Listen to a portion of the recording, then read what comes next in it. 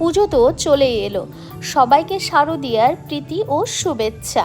পুজো মানে প্রচুর খাওয়া দাওয়া, প্রচুর ঘোরাঘুরি আর অনেক আনন্দ করা। সন্ধ্যাবেলায় দুজনে মিলে একটু বেরিয়ে পড়লাম। রাস্তার দুধারে ভুরি ভুরি খাবারের দোকান।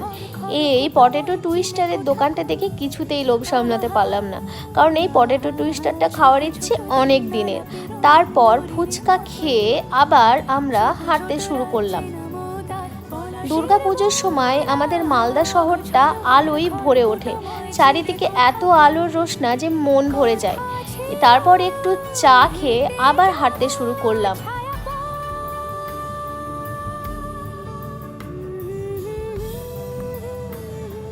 বাড়ি ফেরার পথে একটা চিকেন এগরোল পার্সেল করে নিয়ে বাড়ি ফিরে গেলাম।